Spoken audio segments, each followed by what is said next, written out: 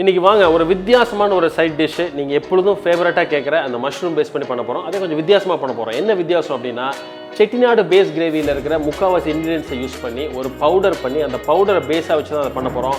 இது ஒரு மசாலாவா பண்ணலாம் இல்ல ஒரு மஷ்ரூம் கிரேவியாவும் பண்ணலாம். கிரேவியா பண்றப்ப இட்லி, தோசை, அதே மாதிரி பரோட்டா, சப்பாத்தி, இடியாப்பம் எது வேணாலும் நீங்க கூட வச்சுக்கலாம். சாதத்து கூட தொட்டுக்கலாம். அதே மாதிரி நீங்க மசாலாவா பண்றப்ப ஒரு பெர்ஃபெக்ட் சைட் டிஷ்ஷாவும் பண்ண முடியும். இந்த பியூட்டி என்னன்னா இது ஒரு நான்வெஜ்ஜுக்கும் யூஸ் பண்ணிக்க முடியும். ஸோ பேஸ் ஒன்று தான்.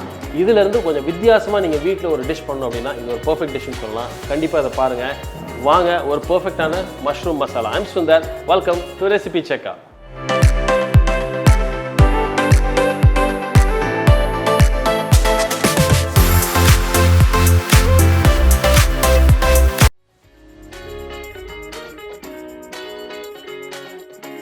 ஃபஸ்ட்டு நமக்கு அந்த ட்ரை ரோஸ்ட்டுக்கு என்னென்ன தேவைன்னு பார்ப்போம். ஒரு 2 பட்டை எடுத்துக்கிறேன். ஒரு 2லேருந்து 3 ஏலக்காய் கிள்ளி போட்டுங்க. ஒரு 3-4 கிராம்பு. ஸோ நம்ம செட்டிநாடுனா அந்த மாரத்தி மொக்கு, கல்பாசி போடுவோம். இதுக்கு நம்ம யூஸ் பண்ணுறதில்ல. பட் ஆனால் இதை வந்து கொஞ்சம் பொறுமையாக அழகாக ட்ரை ரோஸ்ட் பண்ணி பவுடர் பண்ணிக்கிறோம். அது ரொம்ப முக்கியம். ஒரு 2 ஸ்பூன் சோம்பு எடுத்துக்கங்க. ட்ரை ரோஸ்ட் பண்ணுறப்ப முக்கியமாக நமக்கு என்ன பார்க்கணும் அப்படின்னா அந்த வாசனை வரணும். அதுப்போ தான் அது ரோஸ்ட் ஆகுதுன்னு அர்த்தம். அந்த எந்த இன்க்ரீடியன்ஸ் போகிறோமோ அது பொருள் போட்டோன்னே அதோடய வாசனை நமக்கு கொஞ்சம் நேரத்தில் வரும். கருகிற வேணாம், கலர் மாறிட வேணாம், பட் கரெக்டாக வறுத்துருக்கணும், ரொம்ப முக்கியம். இப்போ ஒரு 2 ஸ்பூன் ஜீரகம், ஒரு 3 ஸ்பூன் மிளகு, ஒரு 4 ஸ்பூன் தனியா. கொஞ்சம் பொறுமையாக ஒவ்வொன்றும் நம்ம ஓரளவு வறுத்ததுக்கப்புறம் அடுத்தது ஆட் பண்ணுங்கள். அப்புறம் தான் நமக்கு கொஞ்சம் கரெக்டான அந்த ஒரு ஃப்ரையிங் கிடைக்கும். இல்லாட்டி ஒன்று மட்டும் ஓவராக நமக்கு ஃப்ரை ஆகிறதுக்கு சான்ஸ் இருக்குது. 6லேருந்து 7 மிளகாய் எடுத்துக்கலாம். இன்றைக்கி நான் வந்து படுகி சில்லி எடுத்துருக்கேன். ஸோ இதில் வந்து கொஞ்சம் நல்ல ஒரு ஃப்ளேவர் கிடைக்கும். அதே மாதிரி கொஞ்சம் கலர் நல்லாயிருக்கும். ஸோ அதனால் உங்களுக்கு படுகி சில்லி கிடைச்சா யூஸ் பண்ணுங்கள். அப்படி இல்லாட்டி நார்மலான காஞ்ச மிளகாய். ஒரு கை கொஞ்சம் சின்னதாக கருவேப்பிலை. இப்போ நல்ல ஓரளவுக்கு வறுத்துட்டோம். இந்த மிளகா வந்து நல்லா கிறிஸ்பி ஆயிடுச்சு, ஓரளவு கலர் மாறிடுச்சு, நல்ல ஒரு வாசனை. ஸோ இப்போ இதை நம்ம தனியாக எடுத்து வச்சிடலாம் ஒரு பிளேட்டில். இப்போ இந்த பேன்லேயே நம்ம என்ன பண்ணலான்னா ஒரு 2 ஸ்பூன் கசகசா, நல்லா சூடாக இருக்கும். அதனால் பேனு நம்ம என்ன பண்ணலாம், குயிக்காக அதை பொரியறதுக்கு முன்னாடி லைட்டாக மைல்டு ஹீட்லேயே வச்சு வறுத்துருங்க. லைட்டாக நமக்கு ஒரு கலர் மாறுது, லைட்டாக நம்ம ஃப்ரை பண்ணியிருக்கோம். இதையும் நம்ம எடுத்துருவோம். ஸோ இதில் ஒரு 1/4 மூடி தேங்காய் நம்ம திருகி வச்சுருக்கோம்.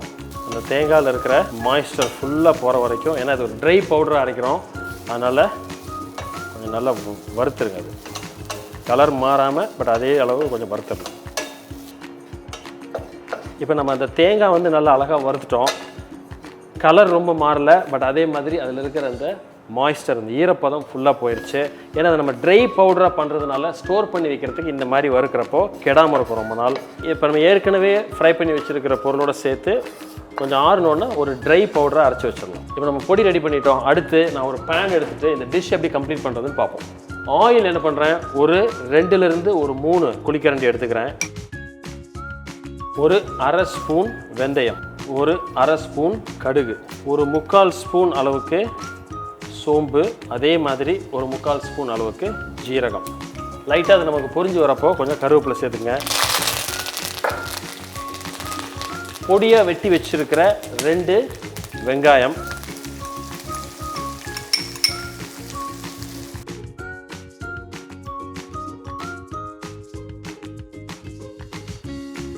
இந்த ஸ்டேஜில் இதுக்கு தேவையான அளவு கொஞ்சம் உப்பு போட்டுக்கலாம்.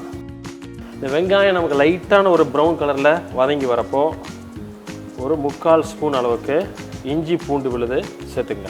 ஸோ இந்த ஸ்டேஜில் நம்ம என்னென்ன மசாலா பொடிகளை சேர்க்குறதுன்னு பார்ப்போம். ஒரு 1/2 ஸ்பூன் மஞ்சப்பொடி, ஒரு 1/2 ஸ்பூன் தனியா பொடி, கரம் மசாலா அதே மாதிரி ஒரு 1/2 ஸ்பூன், கறி மசாலா, இந்த மீட் மசாலா கறி மசாலான் இருக்குது, அது ஒரு 1/2 ஸ்பூன், நம்ம ஸ்பெஷலாக அரைச்சி வச்சுருக்கிற மசாலா பொடி, இது வந்து ஒரு 2 ஸ்பூன் போட்டுக்கலாம். ஸோ இந்த மசாலா லைட்டாக நம்ம வதங்கி வரப்போ டொமேட்டோ பியூரே என்ன பண்ணுறேன் அப்படின்னா ஒரு 2 பாக்கெட் நான் சேர்த்துக்கிறேன், சின்ன பாக்கெட்டு. இது டொமேட்டோ பியூரே கிடைக்கலன்னா ஒரு 3 தக்காளியை நீங்கள் மிக்சியில் நல்ல இது மாதிரி கூலாக அரைச்சி அதை நீங்கள் சேர்த்துக்கங்க. இப்போ நல்லா ஆயில் நல்லா செப்பரேட் ஆகி நல்லா குக் ஆகி வருது. ஸோ இப்போ நம்ம இதுக்கு தேவையான உப்பு எல்லாம் இருக்கான்னு நம்ம செக் பண்ணிடலாம்.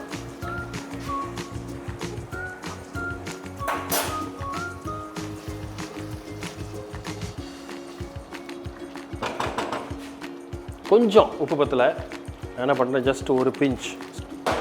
ஸோ இந்த ஸ்டேஜில் தான் நீங்கள் நம்ம வெட்டி வச்சுருக்கிற காளான் அந்த மஷ்ரூம் இதில் சேர்க்கணும். சில சமயம் என்ன பண்ணுவாங்கன்னா முன்னாடியே சேர்ப்பாங்க, பட் அந்த ஆயில் செப்பரேட் ஆகி வரப்போ சேர்க்குறப்ப தான் அந்த சூட்டில் அந்த மஷ்ரூம் லைட்டாக ஃப்ரை ஆகி நல்ல ஒரு மவுத் ஃபீல் உங்களுக்கு கிடைக்கும். இது ரொம்ப முக்கியம்.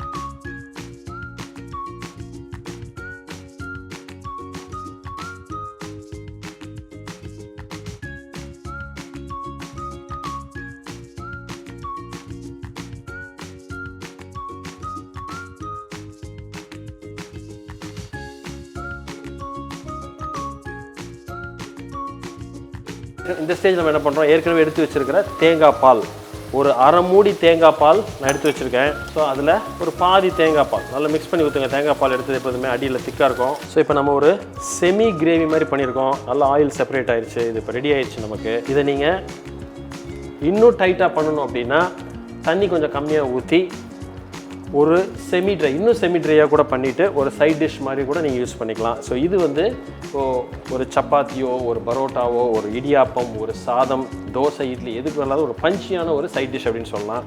ஸோ இந்த ஸ்டேஜில் கொத்தமல்லி போட்டுடுறேன், அடுப்பு ஆஃப் பண்ணிடுறோம். அதே மாதிரி மேல் பொடியாக நம்ம ஏற்கனவே நம்ம அரைச்சி வச்சுருக்கிற பொடி லைட்டாக ஒரு 2 பிஞ்சு தூவிடுங்க.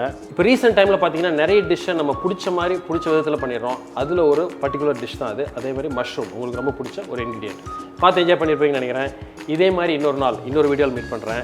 அது வரைக்கும் ஹாப்பி குக்கிங்.